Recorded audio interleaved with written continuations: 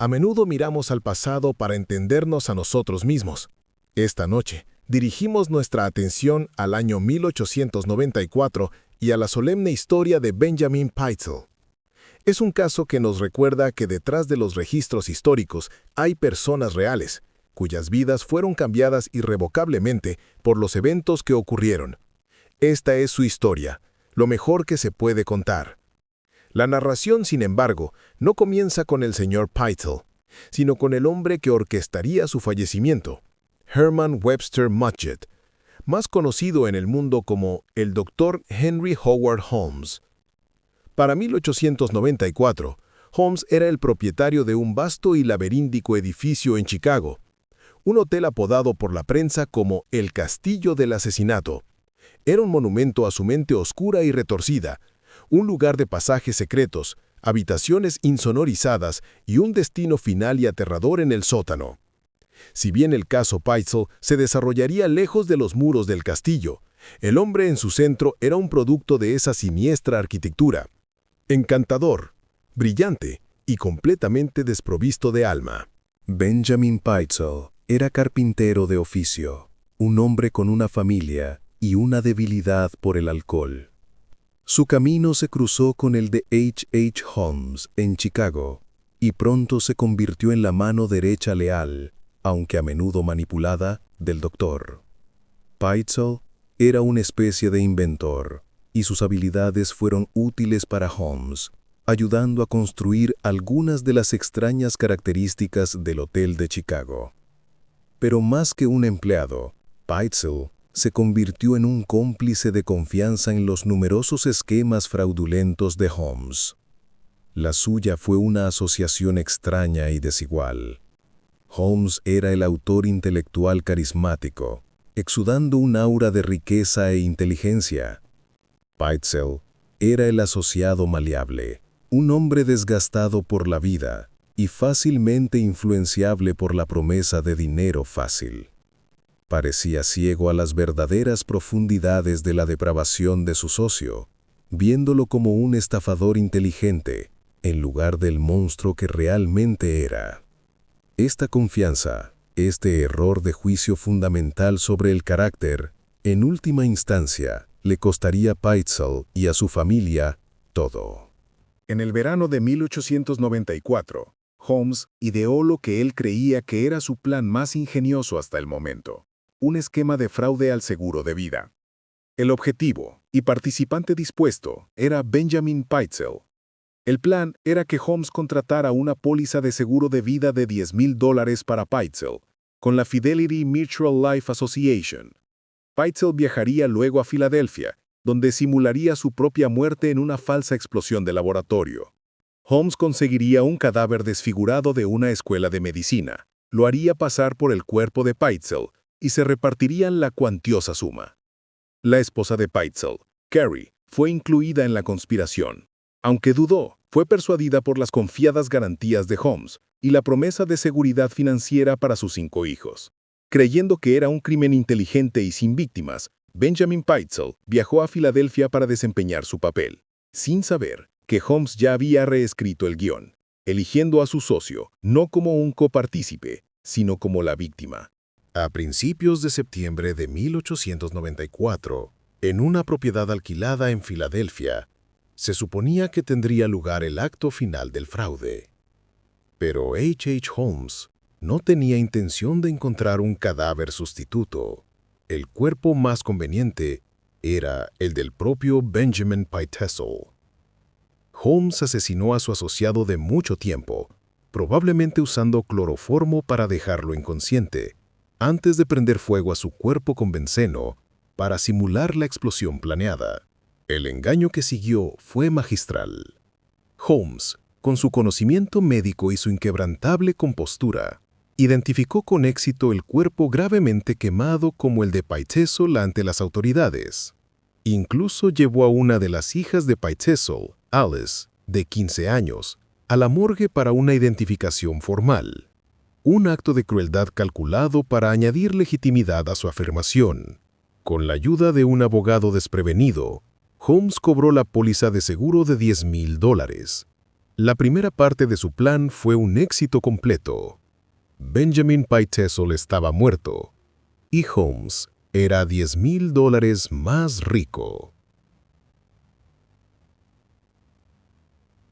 Para Carrie Pitezel y sus hijos, la verdadera pesadilla apenas comenzaba. Holmes regresó con la señora Pitezel dándole unos míseros $500 del dinero del seguro. Luego comenzó a tejer una elaborada red de mentiras. Convenció a la viuda afligida de que su esposo no estaba muerto, sino que se había visto obligado a esconderse en Londres después de que el fraude saliera mal. Afirmó que enemigos poderosos los estaban persiguiendo y que, por su propia seguridad, la familia tenía que ser separada. Con su encanto escalofriantemente persuasivo, Holmes convenció a Carrie de que le confiara a 3 de sus 5 hijos, la reflexiva Alice, la vivaz Nellie y el niño pequeño Howard. Prometió que los llevaría con su padre. Una Carrie desesperada y desorientada aceptó, poniendo a sus hijos directamente en manos del asesino de su padre. Ella pasaría los siguientes meses siendo trasladada de ciudad en ciudad por Holmes, siempre creyendo que estaba a solo una parada de reunirse con su esposo e hijos. Lo que siguió fue un viaje inquietante a través del medio oeste americano y hacia Canadá. Holmes viajó con los 3 niños Pitezel, obligándolos a escribir cartas tranquilizadoras a su madre, a quien mantenía en una ruta separada, pero paralela. Los niños, inicialmente esperanzados, se cansaron y se asustaron. Vivían una vida nómada de maletas, bajo el control de un hombre cuyo agradable comportamiento apenas podía ocultar una aterradora frialdad. En octubre de 1894, Holmes llevó a Alice y Nellie a Toronto. Allí, en el sótano de una casa alquilada, las asesinó.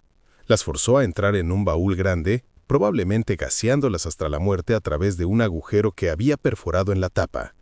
Luego enterró sus cuerpos en el suelo poco profundo de tierra del sótano. Poco después, viajó a una casa de alquiler en Irvington, Indiana, con el joven Howard. Allí, mató al niño, desmembró su cuerpo y quemó los pedazos en una gran estufa de leña. Los niños, a quienes se les había prometido una reunión con su padre, habían encontrado su propio final brutal. Mientras Holmes llevaba a cabo sus horribles hechos, la Fidelity Mutual Life Insurance Association no estaba inactiva. Las sospechas sobre el reclamo de Pitezel se habían planteado desde el principio. Contrataron a la famosa agencia de detectives Pinkerton para investigar. El caso fue asignado al detective Frank Geyer, un investigador decidido y metódico. El rastro comenzó en Filadelfia, pero se enfrió hasta que surgió una pista crucial. Un ex asociado de Holmes encarcelado, Marion Hedgepeth, informó a las autoridades sobre el complot del seguro después de que Holmes no le pagara su parte. Holmes fue finalmente arrestado en Boston en noviembre de 1894. Pero la pregunta seguía siendo, ¿dónde estaban los 3 niños Pitezel? Frank Geyer se embarcó en una búsqueda exhaustiva y transcontinental, una hazaña notable de trabajo de detective en el siglo XIX. Rastreó minuciosamente los pasos de Holmes, utilizando registros de hotel, contratos de alquiler y el testimonio de incontables testigos para reconstruir el trágico viaje final de los niños. La investigación del detective Geyer lo llevó primero a Indianápolis y luego a la pequeña cabaña en Irvington. Allí, en el conducto de la chimenea de una gran estufa, hizo un descubrimiento espantoso. Pequeños trozos de hueso carbonizados, un diente y un trozo de un juguete de niño. Estos eran los restos del joven Howard Pitezel. A partir de ahí, el rastro llevó a Geyer a Toronto, en una casa en St. Vincent Street, basándose en la información de vecinos que recordaban haber visto a Holmes con 2 niñas pequeñas. Comenzó a excavar el sótano. El 15 de julio de 1895, su búsqueda terminó de la manera más desgarradora imaginable. Enterrados en una tumba poco profunda, estaban los cuerpos desnudos de Alice y Nellie Pitezel. La búsqueda a nivel nacional había terminado. Los descubrimientos ocuparon los titulares de todo el país. transformando el caso de uno de fraude de seguros en uno de los casos de asesinato más sensacionales y horripilantes de la época. El público quedó cautivado y consternado por la historia del malvado doctor y el detective que lo había cazado implacablemente. En octubre de 1895, H. Holmes fue juzgado en Filadelfia, acusado específicamente del asesinato de su socio, Benjamin Pitezel. El juicio fue uno de los primeros grandes espectáculos mediáticos de la era moderna. Los periódicos de todo el país publicaron informes diarios y sensacionalistas. Holmes, siempre narcisista, despidió a sus abogados y durante un tiempo dirigió su propia defensa. Estaba tranquilo, era elocuente y absolutamente cautivador, contrainterrogando a los testigos con un escalofriante desapego. La fiscalía, sin embargo, construyó un caso hermético. Presentaron evidencia de los elaborados engaños de Holmes, el testimonio del detective Geyer sobre el descubrimiento de los cuerpos de los niños y las cartas que los niños habían escrito a su madre bajo su coacción. El peso de la evidencia fue abrumador. Después de una breve deliberación, el jurado lo encontró culpable de asesinato en primer grado. El juez lo sentenció a muerte por ahorcamiento. Mientras esperaba su ejecución, H. Holmes se involucró en un acto final de manipulación, su confesión. Escribió varias versiones, cada una llena de mentiras y contradicciones, pero en su declaración final, vendida a los periódicos de Hearst, admitió 27 asesinatos, incluidos los de Benjamin Pitezel y sus 3 hijos. El 7 de mayo de 1896, Herman Webster Mudgett, alias H. Holmes, fue ejecutado en la prisión de Moyamensing en Filadelfia. Murió como había vivido, un enigma tranquilo e inquietante. El caso dejó una cicatriz indeleble en la psique estadounidense. Fue una historia de un monstruo moderno, un hombre que utilizó el anonimato de una nación en rápido cambio para cometer actos incalificables. Pero en su corazón, es la trágica historia de la familia Pitezel, arrastrada a una red de engaño por un amigo de confianza y finalmente destruida por un depredador que se escondía a plena vista. Gracias por pasar este tiempo con nosotros.